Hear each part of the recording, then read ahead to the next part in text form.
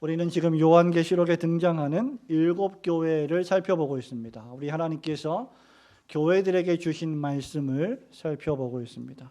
주님이 이 7교회를 향해 던지시는 메시지는 사도 요한이 살던 당시에 1세기의 7교회, 즉 에베소, 서머나, 버가모, 두아디라, 사대 빌라델비아 그리고 라오디게아 교회를 위한 것이었습니다. 그러나 여러분이 7교회에 주시는 말씀마다, 각 교회를 향한 말씀마다 제일 마지막이 어떻게 끝나느냐 하면 바로 귀 있는 자는 성령이 교회들에게 하시는 말씀을 들을지어다 라는 말씀으로 끝나게 됩니다.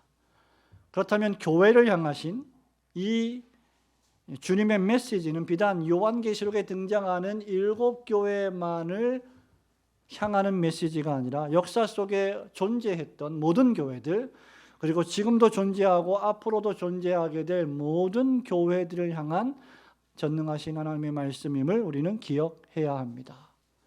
그러므로 이 말씀을 읽고 들을 때마다 우리와는 전혀 상관이 없는 2000년 전의 어떤 한 교회를 향한 말씀이 아니라 동일하게 우리에게 적용되는 말씀으로 들어야 한다는 것입니다.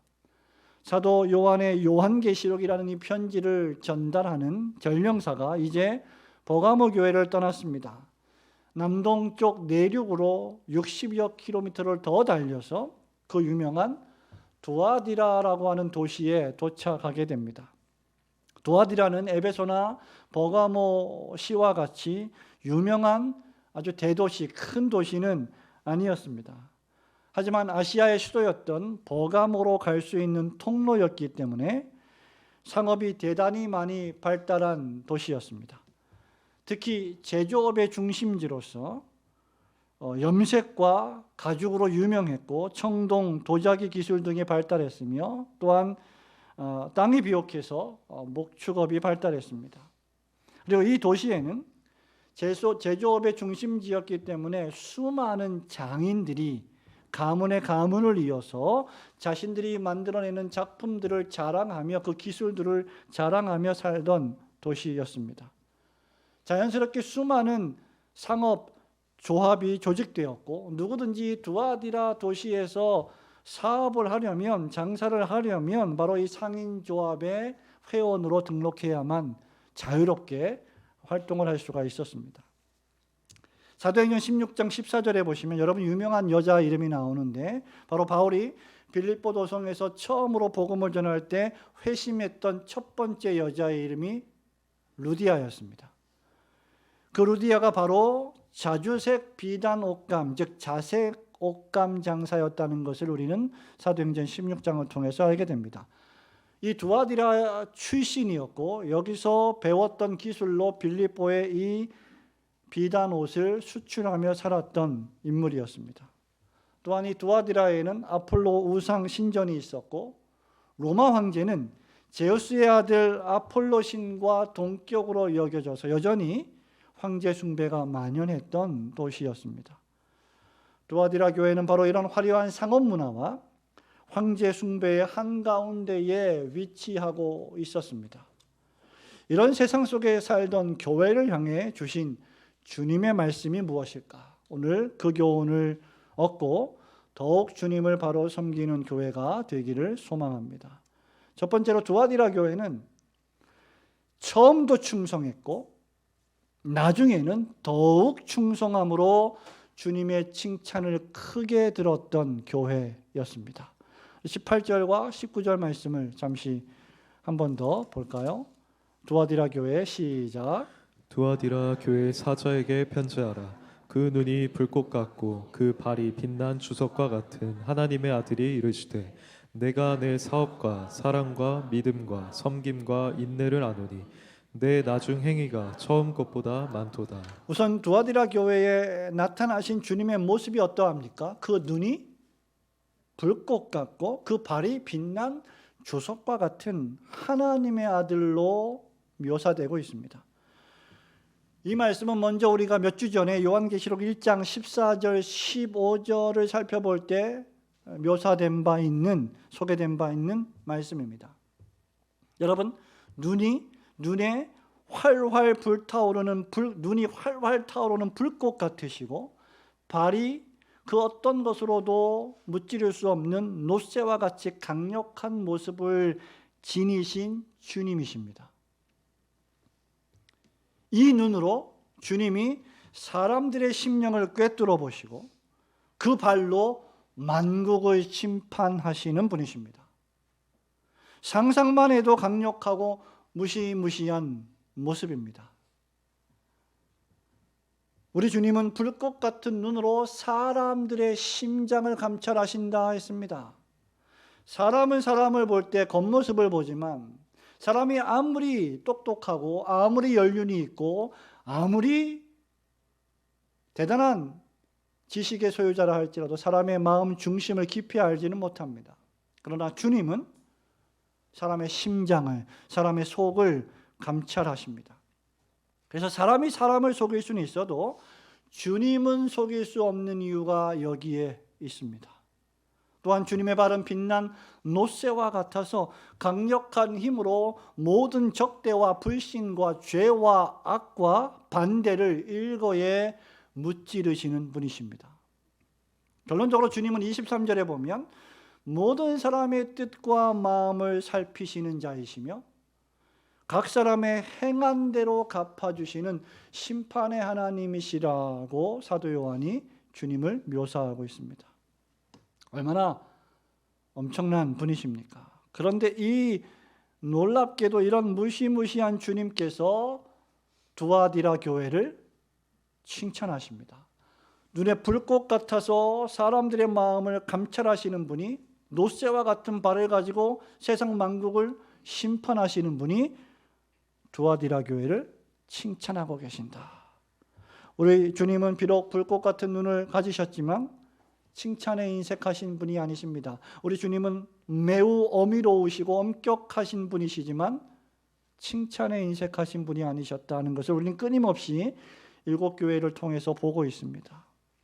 성도 여러분, 우리가 교회 생활을 하다 보면, 또는 교회 생활뿐만 아니라 사회에서 직장 생활을 하다 보면 다른 사람들의 장점과 가치를 칭찬하고 부각시키기보다 끊임없이 사사건건 다른 사람들의 약점과 잘못을 물고 늘어지고 그것을 부각시키고 비난하고 비판하는 사람들을 보게 됩니다. 칭찬에는 인색하고 비난에는 매우 능숙한 사람들입니다. 하지만 우리 주님은 먼저 칭찬하시는 분이십니다. 인자하시고 친절하신 분이십니다. 여러분, 우리 예수님께서 실패한 베드로를 찾아오셔서 먼저 너 베드로야 왜 나를 3번이나 부인했느냐라고 비난하지 않으시고 아침을 차려주신 사랑의 주님이셨습니다. 주님의 칭찬이 무엇이었을까요? 여러분, 그것은 두아디라 교회의 사업과 사랑과 믿음과 섬김과 인내를 주님이 아신다는 것입니다.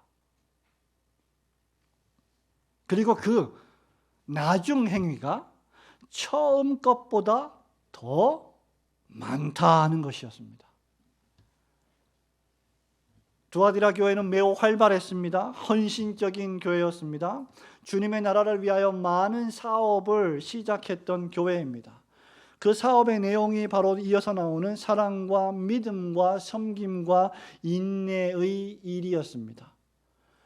두아디라 교회 성도들은 적지 않은 교인들로 북적였고 헌신적으로 자신들의 물질을 주님께 바쳤습니다. 소득의 10분의 1과 감사 예물과 여러 각종 헌금들을 통해서 하나님 나라를 확장하고 교회를 봉사하며 전도와 선교의 일과 다른 사람들을 사랑으로 섬기는 일에 충성하고 헌신했던, 소위 열심히 매우 특심했던 교회였습니다. 그리고 놀랍게도 이러한 그들의 헌신은 날이 갈수록 더 줄어든 것이 아니라 더욱 풍성해졌습니다. 그럼에도 불구하고 이들은 그것을 뻐기거나 자랑하거나 교만해하지 않았습니다. 또한 이 사람들은 과거의 업적과 성취에 자만하지도 않았고 과거에 우리가 얼마나 열심히 했는지 얼마나 대단했는지 회상하며 살지도 않았습니다. 그들의 섬김과 봉사는 시간이 지날수록 더욱 강렬했고 열렬했습니다. 교회를 사랑하고 하나님 나라를 생각하며 먼저 그의 나라와 그의 의를 구하는 이 일들이 어제보다 오늘이 오늘보다 내일이 더 강해졌습니다. 가끔 우리는 여러분 신앙인들이 아니더라도 세상 사람들이라 할지라도 추억만 먹고 사는 사람들을 종종 보게 됩니다. 또 교회에서 신앙생활을 하는 그리스도인들도 추억만 먹고 사는 그리스도인들을 보게 됩니다. 내가 왕년에 이렇게 살았었는데, 과거에 내가 이렇게 헌신했었는데 뭐 이 정도 내가 했으면 됐지라고 생각하면서 과거에 주님을 섬겼던 일에만 집중해서 지금의 신세를 한탄하는 사람들이 종종 있습니다. 그러나 두아디라 교회 성도들은 이런 식으로 현재 자신의 삶을 합리화하거나 한탄하지 않았습니다. 또한 그들은 적당히 교회를 봉사하면서 자신의 삶을 즐기지도 않았습니다. 엄밀한 의미에서 그리스도인들에게 중요한 시간은 언제든지 지금 이 순간입니다. 바로 오늘입니다. 과거는 지나갔습니다. 어제는 사라졌습니다. 미래는 오직 않았습니다. 지금 우리가 어떻게 오늘 살아가느냐에 따라서 우리의 내일이 결정될 것이고 우리의 미래가 채워질 것입니다. 두아디라 교회 성도들은 실로 죽도록 죽기까지 충성한 교회였습니다. 지상에서의 신앙의 성장에 완성은 없습니다. 신앙의 성장은 그래서 멈추어져서는 안 됩니다. 여러분의 성경 읽기, 여러분의 기도, 여러분의 예배에 참석, 여러분의 물질의 봉사, 이 모든 것들이 한순간도 멈추어져서는 안 됩니다. 주님이 다시 오실 때까지 장성한 분량에 충만할 때까지 우리는 자라가야 합니다. 생각해 보십시오. 우리가 키우는 자녀들이 1년, 2년, 3년, 5년, 10년, 20년이 지났는데도 여전히 갓난아기처럼 머물러 있다고 한다면 어떻게 여러분 부모의 마음이 그 아이들을 향해서 어떤 마음을 갖게 되겠습니까? 아이들이 자라듯이 우리의 신앙도 자라가야 합니다. 사도 바울이 빌립보 교회에 편지하면서 빌립보서 3장 13절 14절에서 이렇게 말합니다. 형제들아, 나는 아직 내가 잡은 줄로 여기지 아니하고 오직 한 일, 즉 뒤에 있는 것은 잊어버리고 앞에 있는 것을 잡으려고 표대를 향하여 그리스도 예수 안에서 하나님이 위에서 부르신 부름의 상을 위하여 달려가노라. 성도 여러분, 사도 바울이 과거를 회상해 볼 때 한탄스럽고 힘들고 괴롭고 고통스러운 시간들이 얼마나 많았겠습니까? 거기에 그 연민에 빠져서 앞으로 나아가지도 못하고 괴로워하는 시간들이 얼마나 많았겠습니까? 그런데 바울은 형제들아, 나는 뒤에 있는 것은 잊어버리고 앞에 있는 것을 잡으려고 달려간다고 했습니다. 성도는 날이 갈수록 신앙이 진보하고 성장함으로 더욱 나아져야 합니다. 사단 마귀가 우리를 신앙이 성장하지 못하게 만드는 전략 가운데 하나가 계속해서 과거의 우리의 삶에 얽매이게 하는 것입니다. 그러나 성도는 앞으로 나아가야 합니다.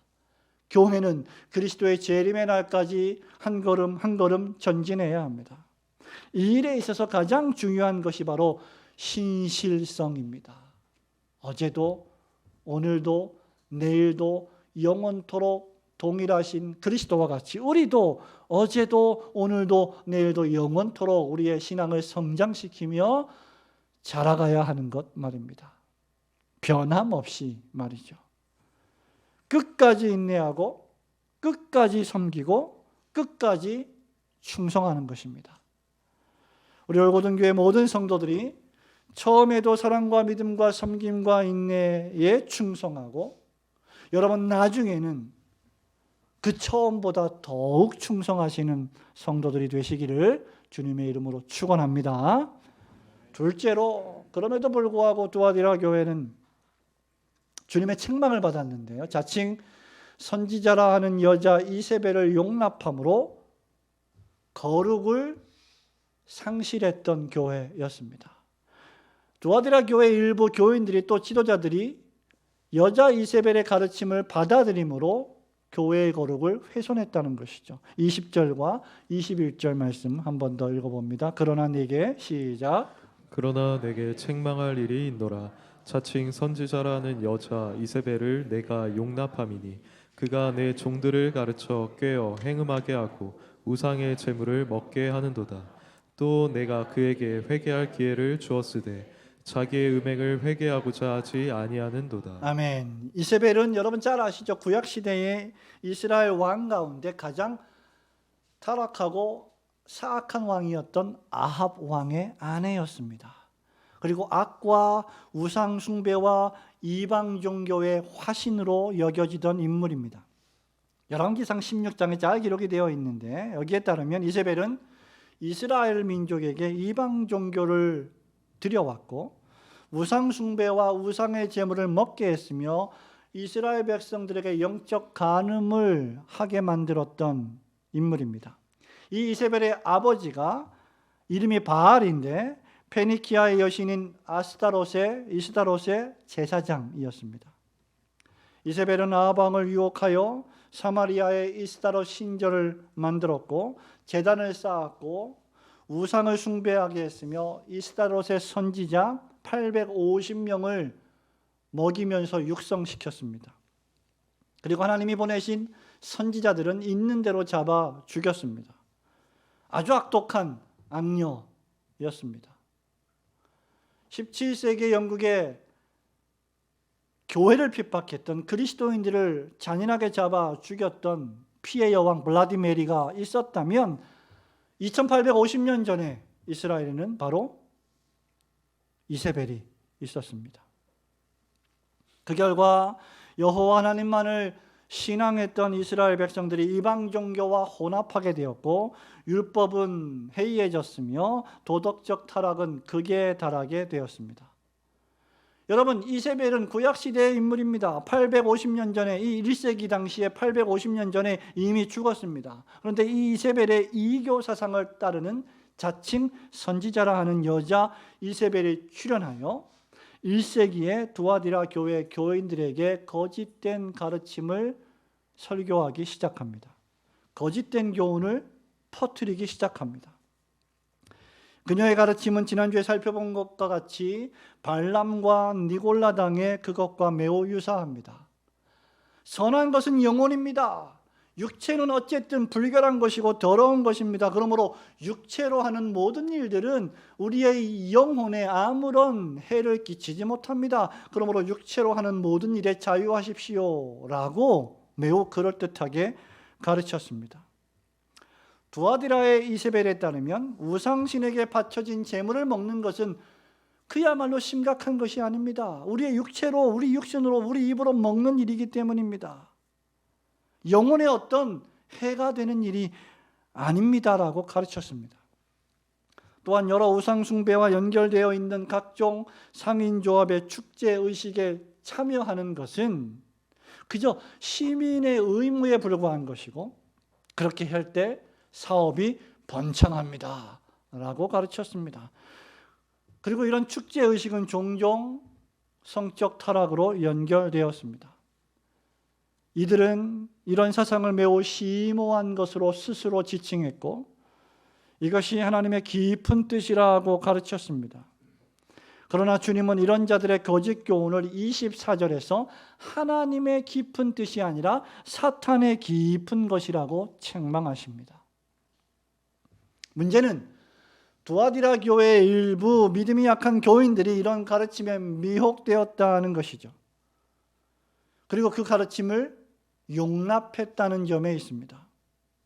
상인조합의 연회에 참석하는 것은 그저 살아가기 위해서 필요한 사회적인 관례이며 시민의 의무이기에 신앙과 아무런 상관이 없다고 여긴 것입니다.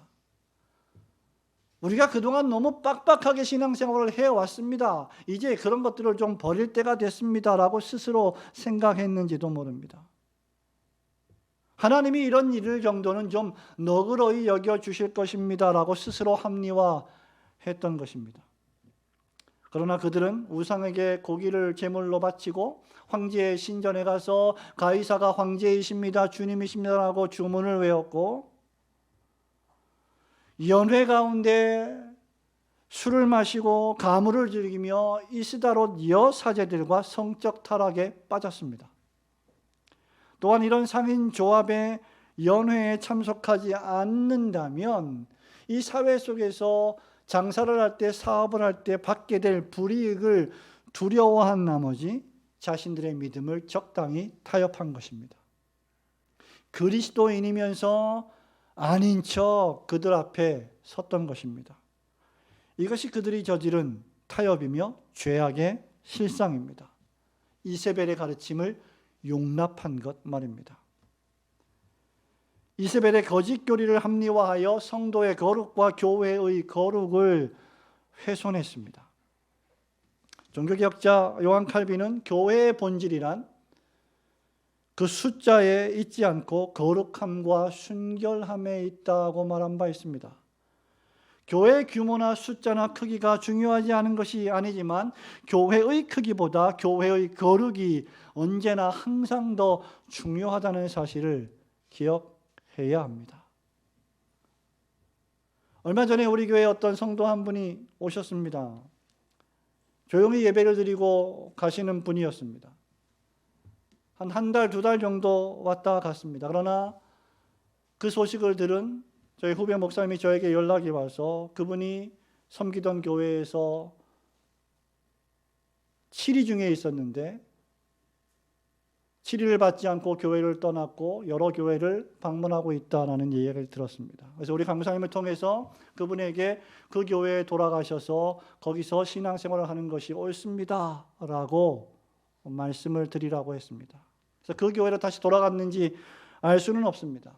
성도 여러분, 교회가 그저 숫자를 키우기 위하여, 교회가 점점 더 커지기 위하여 누구든지 그렇게 오기만 하면 다 교회 안에 있게 한다면 그것은 목회 윤리도 아니고 하나님이 기뻐하시는 일도 결코 아닐 것입니다. 항상 우리는 개인의 경제적 이익보다 훨씬 더 중요한 것이 우리 신앙의 거룩이요, 교회의 숫자적인 성장보다 훨씬 더 중요한 것이 교회의 거룩이라는 사실을 명심해야 할 것입니다. 그리스도께서는 우리가 이 두아디라와 같은 타락한 세상 속에서 살아갈 때 이 세상과는 달라야 한다라고 말씀하십니다. 2850년 전에 구약시대의 이세벨과 1세기 당시 자칭 선지자라 하는 여자 이세벨의 교훈을 따른 오늘날 이세벨의 정신은 과연 무엇일까? 그것은 의심의 여지 없이 교회의 거룩과 신앙의 거룩을 세상의 쾌락과 자유와 혼합하는 것입니다. 오늘날 우리 시대의 정신이 무엇입니까? TV와 유튜브와 여러 언론 매체가 우리에게 부추기는 것이 무엇입니까? 오늘의 문화가 우리에게 무엇을 부추깁니까? 내 마음대로 살라가 아닙니까? 내 멋대로 하라는 것이 아닙니까? 누가 너를 다스리게 하지 말라, 누구의 말도 듣지 말라, 내가 내 인생의 주인이다, 내가 너의 신이다 라고 오늘날 우리의 주변 문화가 우리에게 부추기고 있습니다. 매일 우리의 말초신경을 자극하고 우리의 기분을 최고로 좋게 만들어 줄 테니 너는 진리를 타협하라 우리에게 유혹합니다. 오늘 이세벨의 정신은 무엇입니까? 우리가 이 세상에서 야망을 채우고 성공할 수만 있다면 하나님의 말씀 정도는 타협해도 괜찮다라는 것입니다. 오늘날에도 이세벨은 우리에게 속삭입니다. 야, 그 정도 했으면 됐어. 너무 빡빡하게 굴지 마. 뭐 매 주일마다 교회를 나가. 뭐 그렇게 주일을 성수해야 돼. 혼자 고상한 척 하지 마라. 혼자 고결한 척 하지 마라. 하나님도 다 이 정도는 사회적 관례와 시민의 의무로 용납하실 거야. 그러나 우리 주님 우리에게 어떻게 말씀하십니까? 누구든지 나를 따라오려거든 자기를 부인하고 자기 십자가를 지고 나를 쫓을 것이니라. 십계명 가운데 제4계명이 무엇입니까? 안식일을 기억하여 거룩히 지키라입니다. 여기에는 그 어떤 타협도 있을 수 없습니다. 요한계시록 2장 2절에 따르면 에베소 교회는 처음 사랑을 잃어버린 대신 악한 자들과 거짓된 자들을 용납하지 않았습니다. 그런데 두아디라 교회는 처음부터 끝까지 최선을 다해서 주님을 섬겼고 하나님 나라를 위해 일했으며 이웃을 사랑하며 살았습니다. 자신들의 물질을 헌신적으로 바쳤습니다. 많은 사업들을 했습니다. 그러나 내부적으로는 이세벨의 거짓 가르침을 용납함으로 교회의 거룩을 훼손함으로 주님의 책망을 받았습니다. 교회는 사람들이 많아지고 돈도 많아지고 재정도 많아지고 많은 일들을 하게 되었지만 거짓 교훈을 받아들임으로 주님의 책망을 받았던 교회였습니다. 그러므로 여러분, 우리 올고든 교회가 처음부터 끝까지 사랑을 실천하고 나중에는 더 충성하되 동시에 거짓 교사들의 거짓 교훈을 용납하지 않으므로 교회의 거룩을 주님이 오실 때까지 지켜내시는 교회가 되기를, 또 성도님들이 되시기를 주님의 이름으로 축원합니다. 성도 여러분, 말씀을 맺습니다. 인자와 긍휼이 풍성하신 하나님은 언제든지 모든 죄인들이 회개하기를 원하십니다. 주님은 놀랍게도 이세벨에게도 조차 회개할 기회를 주셨습니다. 그녀가 자신의 음행을 회개하지 않는다면, 이 회개할 기회를 박찬다면 주님께서는 그를 침상에 던지시고 그를 따라 간음하고 영적인 우상을 숭배하던 모든 자들도 회개하지 않는다면 큰 환난 가운데 던져지고 죽음의 심판을 당하게 될 것이라고 경고하셨습니다. 아까 말씀드린 것처럼 우리 주님은 불꽃 같은 눈을 가지셨고 빛난 주석 같은 발을 가지셨기에 그 누구도 하나님의 눈길을 피하거나 속일 수 없습니다. 그러므로 여러분, 눈에 보이는 사람을 두려워하지 마시고 눈에 보이지 아니하시나 우리의 심장과 영혼을 감찰하시는 그분의 음성을 듣고 그분을 두려워해야 합니다. 지금 어떤 죄와 악에 빠져 있다면 회개하고 돌이켜야 합니다. 그 누구도 하나님의 그 발에 빛난 주석 같은 강력한 심판을 피할 수 없을 것이기 때문입니다. 그러나 동시에 두아디라에 남아있어, 여기도 보십시오 여러분, 두아디라에 남아있어 거길 떠나지 않고 도망하지 않고 다름질하지 않고 남아있어 회개하고 오직 주님만을 경배하며 진리의 말씀을 지키고 주님이 다시 오실 때까지 그것을 굳게 붙잡으면 우리 주님께서 만국을 다스리는 권세를 주신다 하셨습니다. 27절에 그가 철장을 가지고 그들을 다스려 질그릇 깨뜨리는 것과 같이 하실 것이다. 여러분, 질그릇이 얼마나 연약합니까? 도자기 같은 그릇이 얼마나 연약해요. 그것을 철장으로 깨뜨리신다. 얼마나 간단한 일입니까? 그 정도로 주님의 권세가 만국을 다스린다는 것이죠. 여러분, 이 말씀은 시편 2편 9절의 인용의 말씀입니다. 시편 2편은 대표적인 메시아 시편입니다.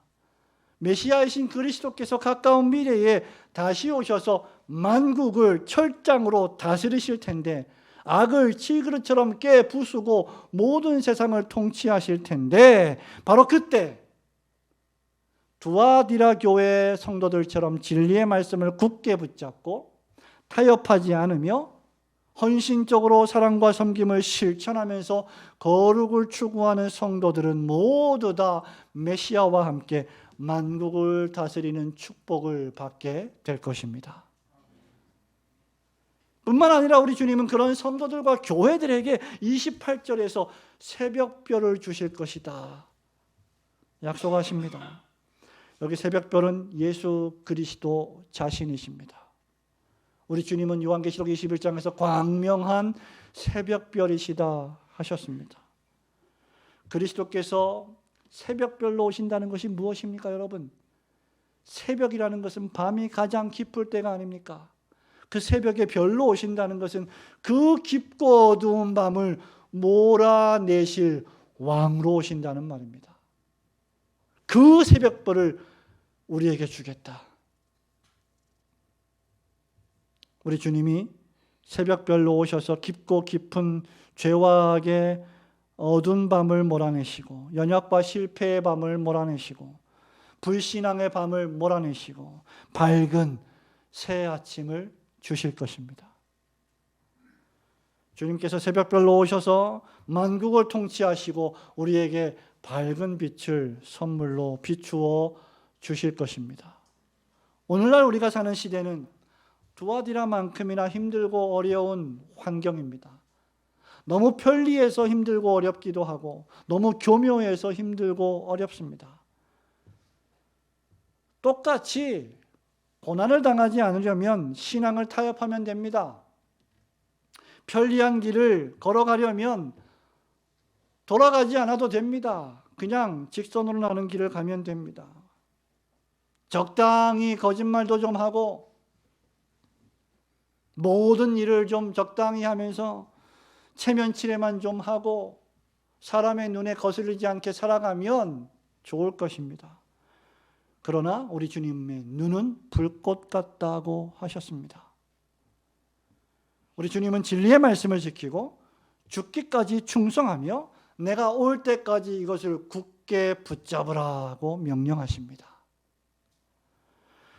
그때까지 오직 하나님의 거룩하신 말씀만을 사모하며 교회를 중심하고 사랑과 믿음과 섬김과 인내라고 하는 이 봉사를 죽기까지 감당하시는 성도들이 되시기를 주님의 이름으로 축원합니다. 우리 주님은 여러분의 믿음과 사랑과 섬김과 인내를 아십니다. 그리하면 주님께서 만국을 다스리는 권세를 주시고 새벽별을 대신 그리스도와 함께 다스리는 축복을 주실 것입니다. 이런 은혜와 축복이 오늘 말씀을 듣는 예배에 참석한 여러분 모두에게 있기를 주님의 이름으로 축원합니다. 아멘.